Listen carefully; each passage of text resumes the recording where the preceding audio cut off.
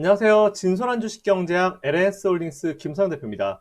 자, 오늘 한국경제TV 증시라인 리뷰 한번 시작해 볼게요. 자, 오늘의 제목은요. 장기 포트폴리오 투자 전략 9월 만기 이후에 지수 2607포인트를 돌파한다라는 제목이고요. 아무래도 2607포인트는 지난번 고점 자리를 제가 말씀을 드린 거예요. 그리고 오늘 지수가 좀 애매한 흐름을 보이고 있는데 다음 주에 있을 선물옵션 동시만기일 이후에 지수가 뭔가 좀 다른 흐름 포인트를 만들어 줄 것이다 라는 그런 의미로 제가 내용을 한번 준비해 봤습니다. 자, 그러면 우선 일단 우리 종목 한번 보겠습니다.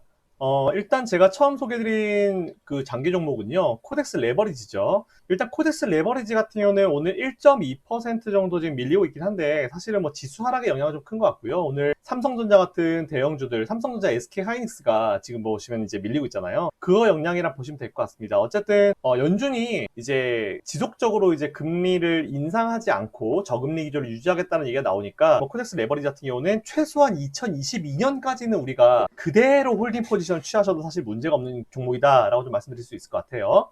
자, 이에 반해 코덱스 코스닥 150 레버리지는 상대적으로 조금 더 이제 괜찮은 모습을 보여주고 있긴 하죠. 근데 윗골이 나온다 하더라도 사실은 모든 이평선을 다 밟고 있는 상황입니다. 그래서 일단 이 종목도 역시나 그대로 홀딩 포지션 취하시면 될 것 같고, 코덱스 레버리지와 마찬가지로 2022년까지는 그대로 홀딩 포지션 취하시면 된다라는 말씀 좀 드릴게요. 자, 셀트리온 헬스케어, 이것도 여전히 우리가 관심을 계속 가져야 되는 기업이고, 제가 사실 셀트리온 그룹주를 바이오 트로이카 쪽에 넣고 그 중에 제일 괜찮은 종목으로 셀트리온 그룹주, 그 중에서 셀트리온 헬스케어로 소개해드렸는데, 이것도 그대로 홀딩 포지션 취하시면 될 것 같다라는 말씀드리겠습니다. 삼성전자, 일단 삼성전자도 오늘 좀 밀리고 있는데, 삼성전자 이렇게 보셔야 될 것 같아요. 아예 이제 장기 투자로 좀 생각하시고, 제가 지난주에 왜 공매도 관련 영상 올려드렸잖아요. 삼성전자는 일단 어쨌든 외국인들 수급이 우리나라 쪽으로 본격적으로 들어와야 할 수 있습니다. 근데 사실은 삼성전자 쪽으로 이제 외국인 수급이 들어오려면 시간이 많이 걸릴 거예요. 왜냐하면 외국인들이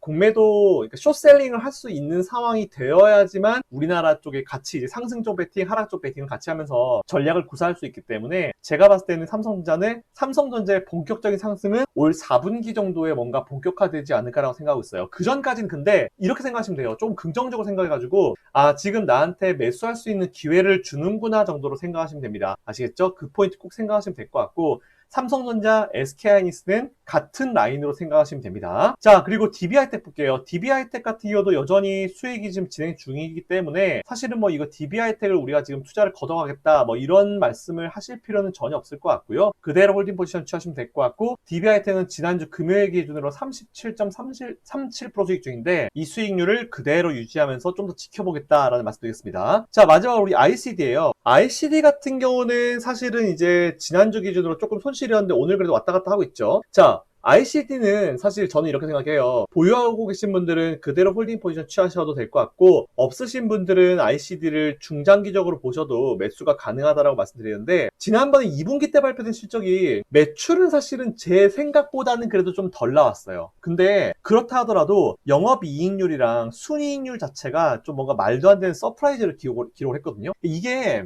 왜 그러냐면은 어쨌든 이제 수익성이 좋은 비전웍스 V3양 애칭 등 캐논 도키를 통하지 않은 다른 쪽의 어떤 장비들이 정상적으로 이제 인도가 되면서 이런 수익성 자체가 굉장히 좀 좋게 기록이 된 거라 보시면 될 것 같고요.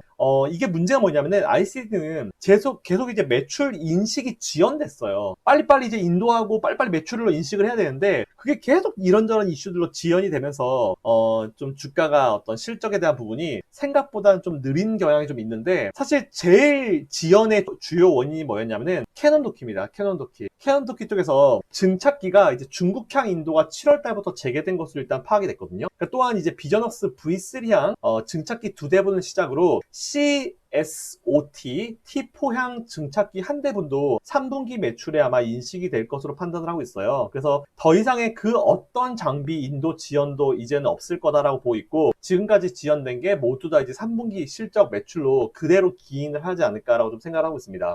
따라서 어쨌든 수주잔고가 지금 계속 2월이 돼가지고 이제 매출에 반영되는 만큼 아무래도 상반기보다는 하반기의 기저효과가 이제 훨씬 더 클 거라고 좀 보고 있는 상황이고요. 2분기 때 이제 2월 된 수주 잔고가 대략적으로 2천억 수준이 좀 넘는 걸로 알고 있어요. 그 3분기 때부터 이거는 순차적으로 이제 매출 인식이 될 것 같아서 3분기 매출액은 제가 봤을 때는 대략 한 1,300억 원 이상, 그리고 4분기도 1,000억 원대 이상으로 좀 전망이 되고 있다라고 좀 평가를 하고 있습니다. 그리고 내년의 실적을 견인할 어떤 추가 수주, 신규 수주 모멘텀도 지금 그대로 살아있는 상황이고요. 그리고 BOE B12 요거향 증착 물류 시스템, 이거에 대한 수주도 현재 지금 굉장히 유력한 상황이기 때문에 이것도 뭔가 신규 수주 모멘텀이 발생할 수 있다라는 부분을 좀 체크하고 싶습니다. 그리고 삼성 디스플레이 전환 투자, 그리고 QD, OLED 이쪽도 추가 투자 가능성도 지금 언제나 열려있는 그런 상황이다라고 보시면 될 것 같고요. 사실 저는 ICD를 봤을 때 이런 실적에 대한 부분도 좋지만 이 반기 보고서, 이 분기 보고서를 보게 되면은 뭐 이제 많이 보신 분들은 아시겠지만 다른 기업에 비해서 ICD 분기 보고서가 뭔가 굉장히 자세하게 보고서가 돼 있어요. 그게 뭐냐면은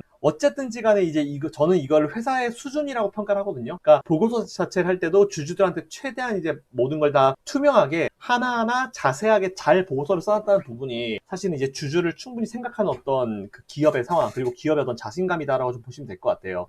그리고 이사회 자체도 보면은 다른 데는 뭐 대강대강 해놨는데 여기는 굉장히 체계적으로 이사회를 잘 운영하고 있는 기업으로 좀 보고 싶습니다. 그렇기 때문에 사실은 이제 실적도 잘 내는 게 중요하지만 그 기업을 운영하는 운영진들의 어떤 마인드도 되게 중요한데, 보고서를 보더라도 굉장히 자세하게 잘 보고서가 만들어져 있고요. 그리고 이사회도 굉장히 체계적으로 잘 운영이 되고 있다는 부분을 체크할 수 있어서 ICD 같은 경우는 여러분들이 중장기로 투자하시기에는 좋은 기업이다 라고 좀 평가를 할 수 있습니다. 자, 일단 여기까지 기업에 대한 설명을 드렸고요. 지금부터는 제가 매번 이제 방송 나와서 설명드린 거죠. 9월 10일 선물옵션 동시만기일까지 제가 매번 나오면서 만기 예상 손익을 여러분들께 분석해드리겠다라고 말씀드렸는데, 그거 한번 볼게요. 자, 이게 지난주 금요일 기준. 자, 이게 지난주 금요일 기준이고요. 지난주 금요일 기준으로 개인, 외국인, 금융투자, 투시는 뺐는데 요 주요 주체, 세 주체의 이제 선물옵션 동시 만기일 기준으로 포지션이다라고 보시면 될 것 같아요.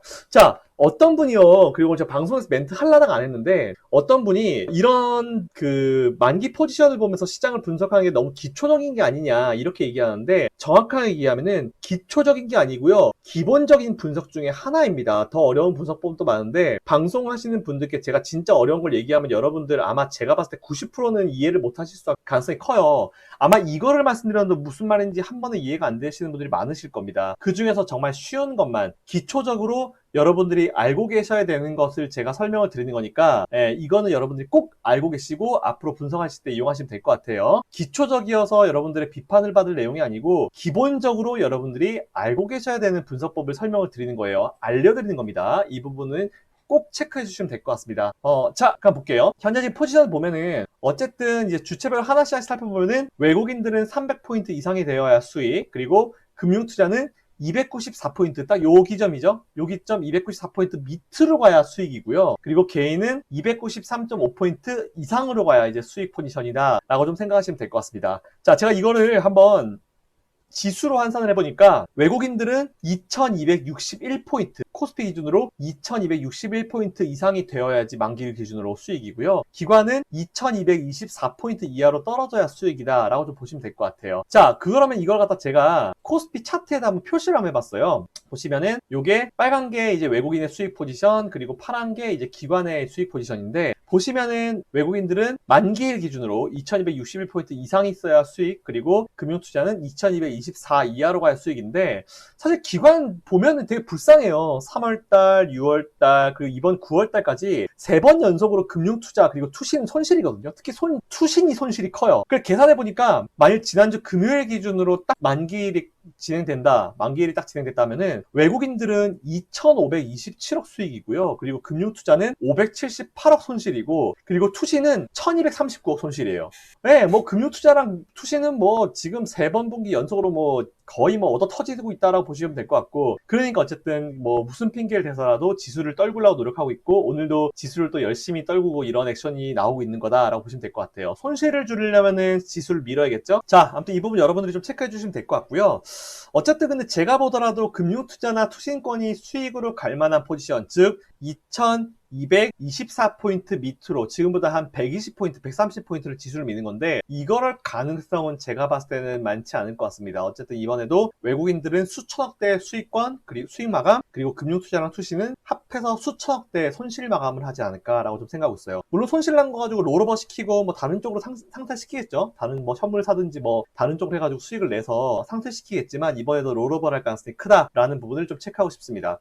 자, 어쨌든 포인트는 그거예요, 여러분들. 9월 10일 날 선물 옵션 동시만기일 기준으로 지수는 본격적으로 다시 상승 포지션 취할 가능성이 굉장히 커요. 그럼 우리가 한 뭐 일주일 정도만 조금 잘 버티면은 그래도 그 이후에는 지수가 안정을 찾겠구나. 지난번 고점이 2607포인트죠. 자, 이걸 도전할 수 있고요. 아까 제가 방송 중에 말씀드렸는데 어쨌든 지금 우리나라 자체의 모멘텀이 굉장히 커요. 근데 우리나라 지수를 좀 더 끌어올려 주려고 하면 외국인들이 들어와 줘야 되는데 외국인들이 들어오려면은 지금 본격적으로 뭔가 공매도가 다시 재개가 되면서 걔들이 이제 그 숏셀링 쪽으로 할 수 있는 전략을 구사할 수 있어야 외국인들이 본격적으로 들어올 거예요. 자, 근데 그 전까지 어쨌든 우리 개인들이 숏셀링 쪽에 당하지 않기 위해서 정부에서 뭔가 법적으로 제도화시키는 부분이 충분히 갖춰지고 나서 외국인들이 숏셀링 들어와도 사실 우리가 돈으로 찍어 눌러버리면 되기 때문에 이런 부분을 여러분들 너무 걱정하실 필요 없다. 제가 지난주 금요일 방송에서 충분히 설명드렸죠. 혹시 금요일 방송 못 보신 분들은 제가 위에다가 지금 이제 추천 영상 띄워드릴게요. 그거 한번 보시면 될 것 같아요. 자, 결론적으로 말씀드리겠습니다. 선물세 동시만기일이 지나게 되면 다시 한번 이제 우리나라 지수가 상승 쪽으로 본격적으로 들어갈 것이고 외국인들도 매수를 조금씩 시작할 겁니다. 근데 뭔가 쫙 매수하는 느낌은 올해 4분기 정도 들어가야 이제 나올 수 있을 거다라고 좀 보고 있고요. 그렇다 한다 하더라도 우리나라 지수는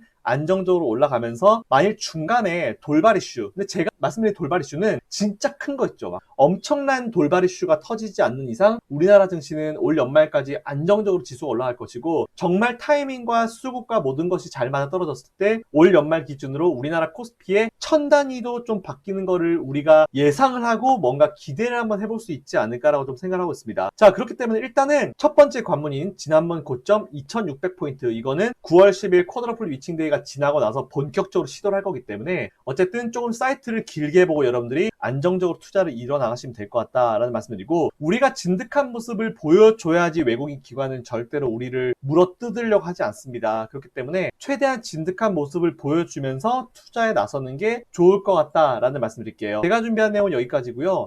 이 영상이 도움이 되신 분들은 바로 위에 구독 신청해 주시면은 구독 신청하셔서 또 다양한 내용을 보실 수 있고 많은 분들 공부 열심히 하시고 외국인 기관한테 더 이상 가지고 놀림 당하지 않는 우리 개인 투자자가 될 수 있으면 좋겠고 그런 뭔가 탄탄한 투자 문화가 됐으면 좋겠습니다. 자, 이상 영상 정리하겠습니다. 이상 진솔한 주식경제학 LNS홀딩스 김성영 대표였습니다. 성투하세요. 감사합니다.